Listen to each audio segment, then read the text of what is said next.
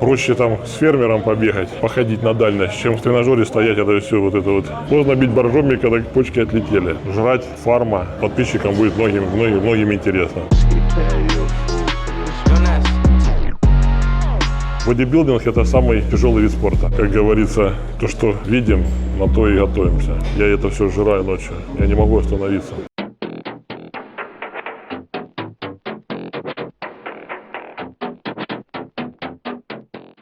Друзья, и вот, наконец-таки, свершилось. Открываем YouTube-канал мой. Подписывайтесь, поддерживайте, следите за нашими движениями. Ну, сегодня четверг борьба, понедельник железо. Работа с железом на блоке, с ручками и все остальное. Дима тоже здесь, но он сегодня меня мучить не будет. Сегодня будем мучиться сами. А почему две вместо трех, не три, не четыре? Я не восстанавливаюсь больше. Я уже все. Я уже вот пробовал, не получается. Раньше 3 можно было. К сожалению, сил не хватает. А вот когда был прям на своем пике, там сколько было в неделю? По 3 раза тренировался, восстанавливался.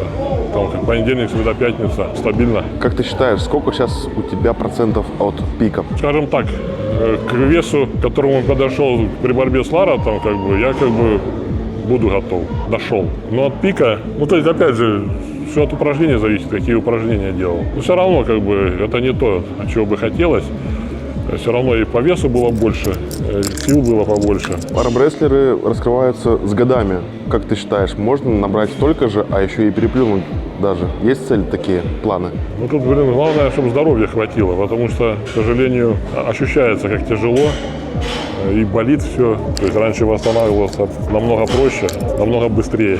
Я видел в сторисах, что с врачами работаешь сейчас, с остеопатами, мануальщиками. У спортсменов у многих есть такой, знаешь, авось прокатит, авось само заживет. И мы это, скажем так, откладываем в долгий ящик. В итоге становится еще хуже, как показывает практика. И когда мы приходим, поздно бить боржоми, когда почки отлетели, как говорится. Поэтому были допущены ошибки. Сейчас вот пытаемся наверстать по всем врачам, докторам, обследуемся.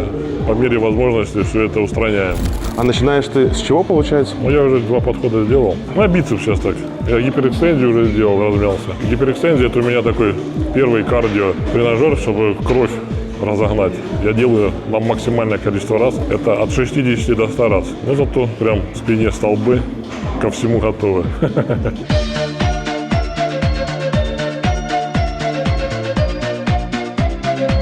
Что самое важное именно в этой подготовке? Это подготовка именно под спортсмена, изучение его и прорабатывание его слабых сторон? Мы же в интернете сейчас следим за всеми, да, кто как борется. Естественно, видим, у кого с кем какие проблемы бывают. Естественно, пытаемся поработать именно на его слабые стороны. Но опять же, то есть это уже такая игра, когда, в принципе, спортсмен может там втихаря уже нарабатывать свои слабые стороны. И можно не угадать, как говорится, то, что видим, на то и готовимся.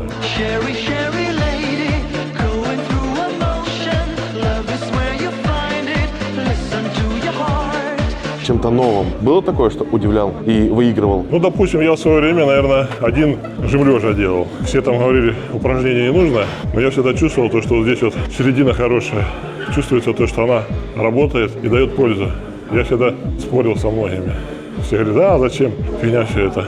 Железом, наверное, я один из немногих, который вот прям вошел в этот спорт именно как стронгмен, да. Я понимал то, что как мне делать там пальцы покрепче, проще там с фермером побегать, походить на дальность, чем в тренажере стоять, это все вот это вот вытачивать. Потому что здесь фермерская прогулка, она поинтереснее была пронести большой вес максимально далеко. То есть это как-то было вот задорно, азартно, то есть на перегонки. И получалось всегда вот с каждым разом либо больше, либо дальше. Так вот, если готовиться. А в зале на блоке, ты там ставил весь вес. Да, что-то вот ты чувствовал, то, что там прибавил чуть-чуть. Но ощущения никакого вот борьбы в данный момент нету. С теми же ребятами, которые в стронге приходили на тренировку. То есть я вот когда тренировал пальцы, то я постоянно вот пытался фермерскую прогулку делать. Нет, так даже давно не делал и уже не могу. Разминался, подходил к большому весу, его делал, а тут, получается, 38 наделался, и силы все уже меня покинули. Я у Луценко на канале видел ролик, где говорилось, что якобы тебя считают аутсайдером. Тебе за это обидно или вообще пофигу? Не обращаешь внимания? Ну, я сам примерно понимаю то, что Гаспарини силен. Есть у него, конечно, там слабые стороны. Мы на них настроены. То есть мне, в принципе, все равно. Это спорт. В любом случае, как будет, так будет. Но я стараюсь, тренируюсь. Попросил помощи у Димы. Он мне помогает в тренировочном процессе. Какие-то вещи вам не показываем, конечно. Все решили не показывать. А так, ну, я понимаю, то, что легко не будет. Ну, довольно-таки, судя по таблице, которая существует, да, там Гаспарини у нас какой получается, третий, а я там в конце. Поэтому там у них свои расклады, как бы, по таблице, по тем моментам, в которых я участвовал, то есть у них, по сути, все в таблице ровно. Очень хочется выиграть для того, чтобы все-таки продолжить, да, там, тренироваться и понимать, то, что там нету какого-то люфта, да, большого. Если проиграешь, стоит задуматься, конечно. Тренировочный процесс сложно дается, то есть тут в плане восстановления. То есть ты вроде понимаешь, что для себя по весам вроде бы неплохо, хорошо, но если там будет прям провал какой-то, допустим, конечно, нужно уже подумать о чем-то, типа отдохнуть от всего этого. И поэтому мотивация такая, чтобы не упасть в грязь лицом, хорошо отбороться, а лучше даже выиграть. И тогда же, как говорится, будем в рядах дальше продолжать тренироваться с хорошим настроением и задором, да, и продолжать, набирать силу. А вот все о врачах и надежда тоже у меня лично есть на них, очень большая. Вовремя они появились. Ты почувствовал помощь эту, которую сейчас уже тебе сделали? На левой руке, левая рука хрустит. Я думал, что это, вот видео я выкладывал, когда подтягивался, так, каратыши такие, хруст пошел. Я думал, что это локоть или плечо. Оказалось, что это мышца, которые там в узлы, там одни узлы у меня получились. И вот он мне их как бы разбил. По поводу хруста, может быть, меньше осталось, но, по крайней мере, ночью левая рука перестала болеть. Это уже радует. Это полпобеды, потому что, когда она ночью ноет, спать вообще невыносимо. Денис, а в чем будет суть канала? Тренировки по-любому. Конечно, хотелось бы, либо кому-то в гости ездить, либо звать. Что-то придумаем такое интересное. А так, очень много поездок на всякие соревнования. Гости зовут. Плюс там, не знаю, отдыхать, не отдыхать такие вот. Буду все снимать там сам, отдавать, чтобы нарезали. Мне кажется, будет интересно. Такая вот коллаборация. Всегда интересно, когда кто-то куда-то едет, кто-то кого-то увидел, какого-то спортсмена, кто-то спросил. Надо, конечно, там подготовить какой-то сценарий, какой-то такой опрос, блиц-опрос, по-быстрому что-то у кого-то спросить. Поездок много, и хочется иногда запечатлеть, даже для себя. Я думаю, даже ребятам, подписчикам будет многим интересно. То есть это не будет что-то скучное, 100%. Будет весело, приятно, задорно, продуктивно.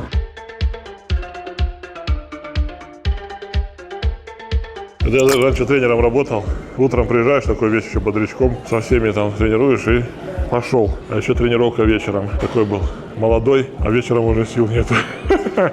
Ну хорошо, хоть утром что-то поделал. Приходил понедельник, на работу приехал. Я с 7 утра всегда работал, с 7 до 3. В смене стоял и тренировал. Так, сегодня у меня жим лежа один. И вот, тренажер, максимальный вес на тренажере. И вот, с 7 до 3 часов, не знаю, сколько там, у меня было, по 10-15 подходов.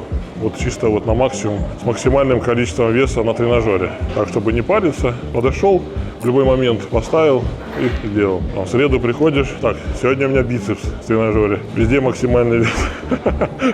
То есть у меня тренировочный день иногда состоял из одного упражнения, но подходов 20.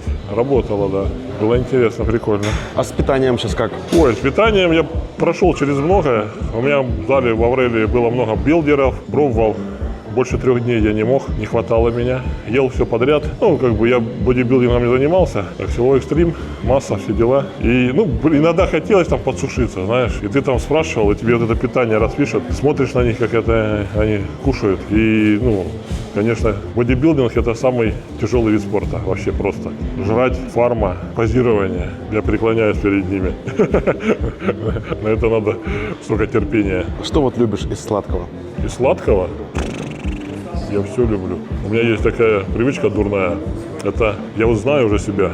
Я ночью могу сожрать, 3 килограмма шоколадных конфет. Я это знаю. Я, когда в магазин захожу, вижу свои любимые конфеты, визит с пралине, 700 грамм в коробке. Я понимаю что я могу себе купить, позволить. Я всегда, знаешь, как было? Я куплю 2 конфетки в день буду с чаем на ночь. Утром просыпаюсь, нету коробки конфет. А если 2 коробки, нету 2 коробок конфет, потому что это вот ночью что-то вот так вот.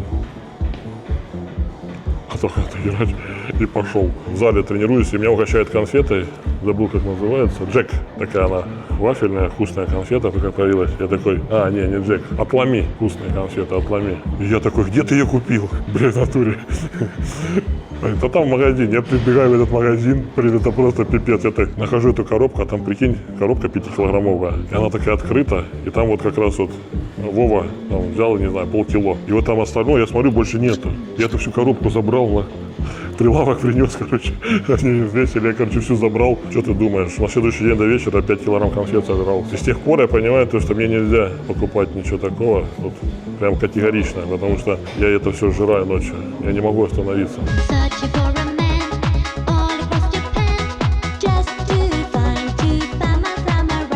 Спасибо, что выпуск посмотрели до конца. Пишите в комментах, что хотели бы видеть. Мы постараемся реализовать ваши желания. Ну и всего доброго, до скорой встречи. Как думаешь, вот Денис пытается все дойти до пика, но, как он сам говорит, не признает, что не получается. И как бы сейчас он говорит, подойду, как с Лоратом была форма. То есть прогресс, если и есть, то минимальный. Твоя помощь сейчас, то, что ты посоветовал ему врача, мануальщика, понимаю, он сейчас взялся за анализ, за гормоны. Во-первых, он был в Дзаре, он теперь в Дзаре, он полный анализ сдал. Там, не буду открывать, но там было все не очень хорошо. Он был в 3 или 4 дефицитах, очень жизненно важных для организма. Его очень сильно скорректировали сейчас, и надежда на это, что поможет. И сюда. Теоретически же это может повлиять прям сильно. Это я очень надеюсь, что это поможет. Мы как бы сплотились вокруг Дэна, поняли, что как бы нужно поддерживать. Будем всячески помогать во всем. Хочу, чтобы Денис зашел в свой пик и показал молодняку, и не только молодняку, и ветеранам, кто все-таки номер 1 в мире армрестлинга. Как думаешь, возможно? Еще, хочется верить, да? Я уверен. Я в него уверен так же, как в себя. Сначала он всем покажет, а потом я приду и скажу: Денис Иванович, теперь я.